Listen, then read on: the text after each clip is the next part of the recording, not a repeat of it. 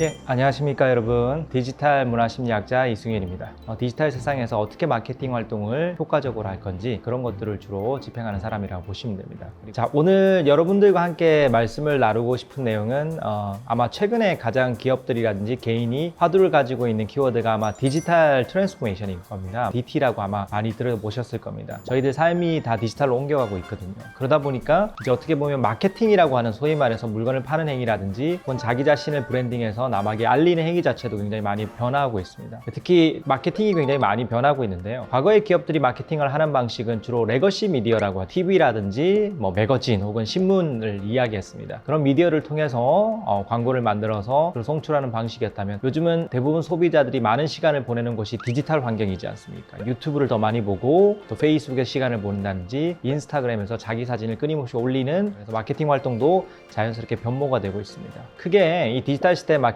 활동들의 변화를 세 가지 관점에서 좀 말씀을 드리면요. 첫 번째, 지금은 소비자들이 좀 변했다. 소비자들이 디지털 세상에서 더 많은 시간을 보내고 디지털 네이티브라고 불리는 과거에서 볼 수 없었던 소위 말해서 태어나자마자 디지털을 물고 태어난 새로운 소비자들이 등장을 했다. 그런 소비자들이 등장을 함으로써 어떻게 보면 커뮤니케이션 방식도 바뀌게 된 겁니다. 과거에는 기업들이 좀 주도하는 방식으로 커뮤니케이션 전략을 짰겠죠. 주로 일방향적으로 TV 광고를 송출하는 방식으로 커뮤니케이션을 했다면 지금은 광고를 만들어서 SNS상이라든지 인터넷에 올리기 시작을 하면 댓글도 달리기도 시작할 거고 소비자들이 그 광고에 대해서 끊임없이 뭔가 변주를 하기 시작할 겁니다. 그래서 이제는 어떻게 보면 상호 소통하고 양방향 커뮤니케이션 하는 전략이 훨씬 더 중요해졌다고 보시면 됩니다. 정리하자면 소비자가 변모했고 소비자가 변모했기 때문에 커뮤니케이션 방식도 바뀌었고 그리고 사용하는 미디어도 바뀌고 있다고 보시면 될 것 같습니다. 그래서 오늘 여러분들과 함께 이런 변화된 DT 시대 때 어떻게 마케팅 활동을 해야 될지에 대해서 여러 가지 관점에서 말씀을 드리도록 하겠습니다. 제 소개를 할 때 디지털 문화 심리학자라고 말씀을 드렸는데요. 지금 이 세상이 굉장히 빠르게 변하고 있기 때문에 전략을 짜기 위해서는 변화된 소비자들이 어떤 형태의 생각들을 가지고 계신지 살펴보는 게 굉장히 중요하다고 보시면 됩니다. 최근 디지털 네이티브라고 불리는 소비자들의 심리들을 조금 파악을 하다 보면 어떤 방식으로 커뮤니케이션 전략을 짤 수 있을지에 대한 여러 가지 힌트 같은 것들이 나온다고 보시면 됩니다. 지금 소비자들이 굉장히 미센트릭한 소비자들이라고 하거든요. 굉장히 자기중심적입니다. 과거에 어떻게 보면 40대, 50대 이상의 소비자들은 좀 아들센트릭했다고 보시면 됩니다. 아들센트릭이란 건 내가 이 대학에 가면 남들이 어떻게 생각을 할지 혹은 내가 이 물건을 사면 남들이 어떻게 생각할지 그런 것들이 굉장히 중요한 소비자들이었다면 지금 젊은 디지털 네이티브들은 이 물건이 내 라이프 스타일을 이야기해주지 않고 이 물건이 내 취향을 이야기해주지 않으면 상대적으로 선택을 하지 않을 가능성이 굉장히 높습니다. 이 소비자들이 어떻게 변화하고 있고 소비자들이 어떤 소비 심리를 가지고 있는지를 우선 파악하고 난 뒤에 커뮤니케이션 전략을 짜는 게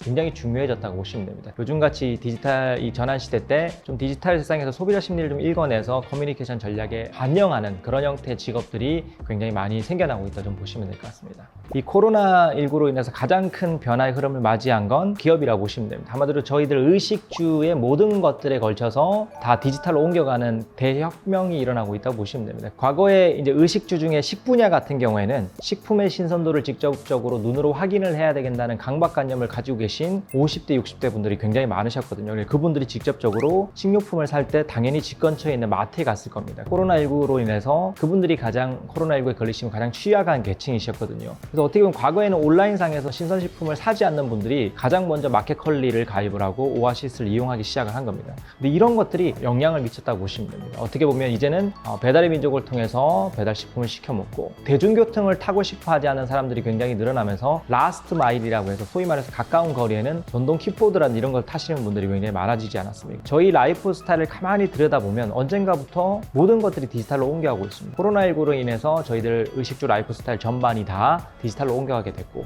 또 그로 인해서 수혜를 입는 그런 플랫폼 기업들이 많이 생겨났다고 보시면 됩니다. 지금 2021년 8월 시점에 가장 화두가 되고 있는 기업이 이 카카오뱅크지 않습니까? 카카오뱅크는 카카오톡으로부터 시작을 한 사실은 플랫폼 기업인데 지금 상장을 해서 기업 가치가 은행 중에 1등입니다. 근데 불과 5년 만에 이 플랫폼 기업이 만든 뱅킹 서비스가 거의 수십 년의 역사를 가지고 있는 신한은행이라든지 국민은행보다 더 가치가 높다는 게 바로 이 코로나19가 우리 삶에 어떤 영향을 미치고 있는지 극명하게 보여주는 단편적인 예라고 보시면 될 것 같습니다. 자, 카카오뱅크가 성장하게 된 원동력은 여러 가지 형태로 볼 수 있지만 소위 말해서 비대면 형태 서비스를 굉장히 잘 활용을 했기 때문에 성장을 했다고 보시면 됩니다. 대표적으로 이제 기존의 은행권들 같은 경우에는 주로 40대, 50대 자산가들 대상으로 주로 타겟팅을 많이 했겠죠. 근데 카카오뱅크가 같은 경우에는 이 뱅킹 시스템에 들어갔을 때 이미 40대, 50대들은 이용하던 은행을 계속 이용할 가능성이 굉장히 높기 때문에 이제 새로운 형태의 젊은 친구들 대상으로 해서 여러 가지 뱅킹 시스템들을 많이 런칭을 했었습니다. 그 중에 대표적인 게 26주 적금 같은 건데요. 26주 적금을 좀 바라다 보면 거의 게임하듯이 적금을 드는 겁니다. 그리고 금리보다는 26주라는 굉장히 짧은 기간, 귀여운 카카오 프렌즈가 26주 동안 나의 도전을 응원한다는 컨셉으로 상품을 팔았었거든요. 그러니까 굉장히 재미를 주는 겁니다. 근데 이런 것들은 기존의 금융권이 안 했던 방식이죠. 좀 더 소확행이라든지 욜로, 소위 말해 소소하지만 확실한 행복을 추구하는 그런 디지털 네이티브들의 심리를 좀 파악을 해서 서비스를 만들었다 보시면 됩니다. 이런 기존의 은행권들이 하지 않는 방식으로 마케팅 활동들을 통해서 젊은 소비자들의 마음을 사로잡고 그걸 기반으로 해서 굉장히 확장을 했다는 게 카카오뱅크의 성장 원동력의 한 축이라고 볼 수 있습니다. 자, 여러분들이 기업 얘기도 많이 들었는데 저는 이 개인이 어떻게 보면 코로나19 이후 혹은 DT 시대 때 자기 스스로를 브랜딩하는 것도 굉장히 중요하다고 생각합니다. 최근에 이제 부캐 시대라고 하지 않습니까? 자기의 본 캐릭터가 있고 그 캐릭터를 만드는 세상이거든요. 아침 9시부터 6시까지는 특정한 직장에 다니지만 6시 이후에는 바리스타를 할 수도 있는 거고 유튜브 크리에이터가 될 수도 있는 세상이에요. 그래서 어떻게 보면 과거에는 개인이 스타가 되기 위해서는 혹은 개인이 뭔가 남들한테 구독자를 모으거나 혹은 팬들을 만들기 위해서는 스타 PD한테 어떻게 보면 선택을 받아서 레거시 미디어에 출연을 해야만 인기를 끌 수가 있었거든요. 근데 지금은 그런 세상이 아니지 않습니까? 본인이 독특한 캐릭터를 가지고 있고 요즘은 또 편집할 수 있는 그런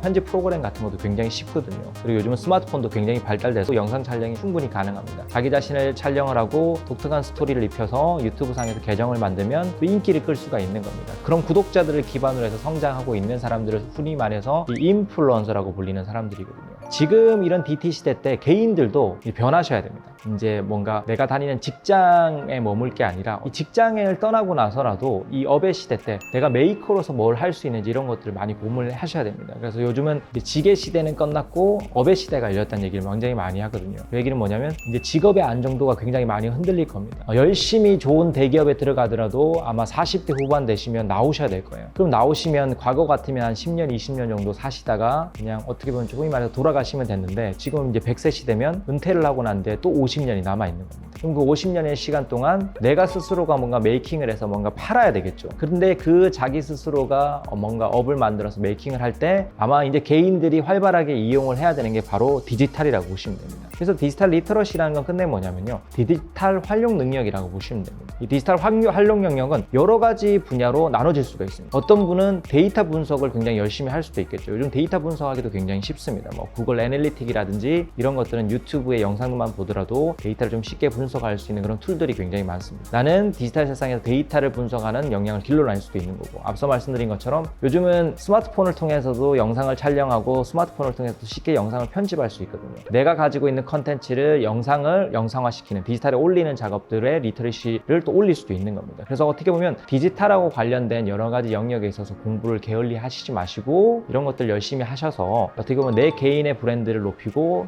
이제 직이 아닌 업의 시대 때 서바이벌 하기 위해서 굉장히 노력을 하셔야 될 때라고 보시면 됩니다. 나하고 관련 없지 않나? 절대 그렇지 않습니다. 지금은 통닭집을 하나 열더라도 반드시 인스타그램 계정을 열어야 되는 시대고 블로그를 열어야 되는 시대입니다. 그럼 당연히 인스타그램에 어떤 콘텐츠를 올릴 건지 블로그에 어떤 콘텐츠를 올릴 건지 이런 것들이 다 디지털 리터러시하고 관계가 있다고 보시면 됩니다. 그래서 꼭 기업 차원이 아니라 개인 차원에서도 이 변화된 시대에 스스로를 마케팅하고 가지고 있는 자원들을 어떻게 효율적으로 마케팅 활동을 할 건지 이런 것들을 고민하시다 보면 자연스럽게 디지털 리터러시를 좀 높이는 방향으로 여러분들이 스스로의 가치를 좀 올리실 필요가 있다고 보시면 될 것 같습니다.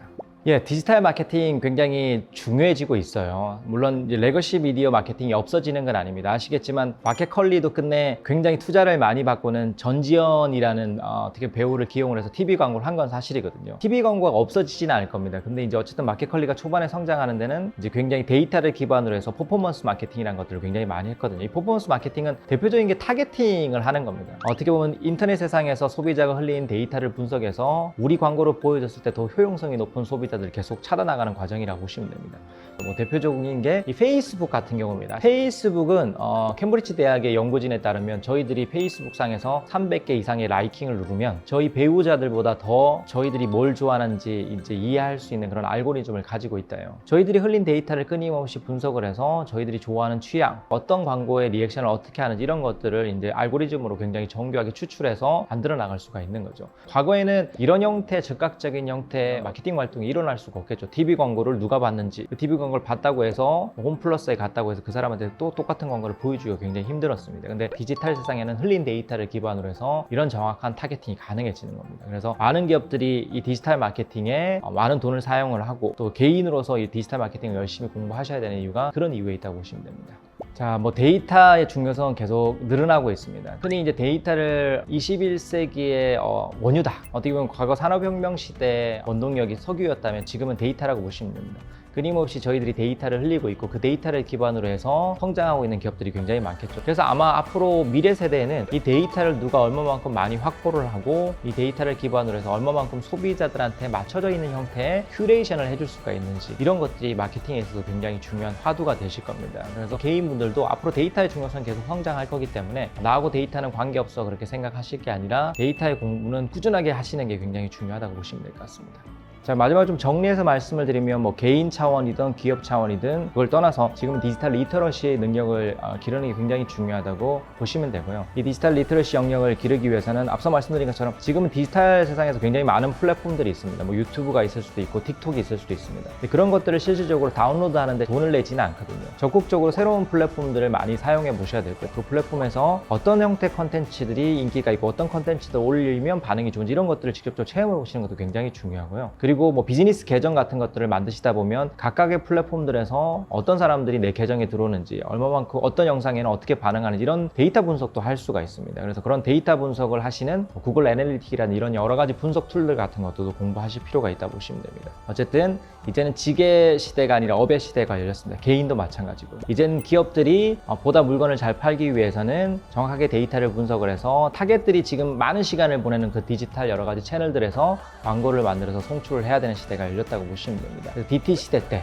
마케팅 활동을 보다 효율적으로 하시려면 디지털 리터러시 역량을 올리시는 게 필수라고 보시면 될 것 같습니다. 시대의 지식 온! 여러분들의 지식을 온 시켜줄 오늘의 결론은 디지털 리터러시. 이제는 기업과 개인이 가져야 될 필수 역량입니다. 오늘 여러분의 지식을 온 시켜준 저는 디지털 문화심리학자 이승윤입니다.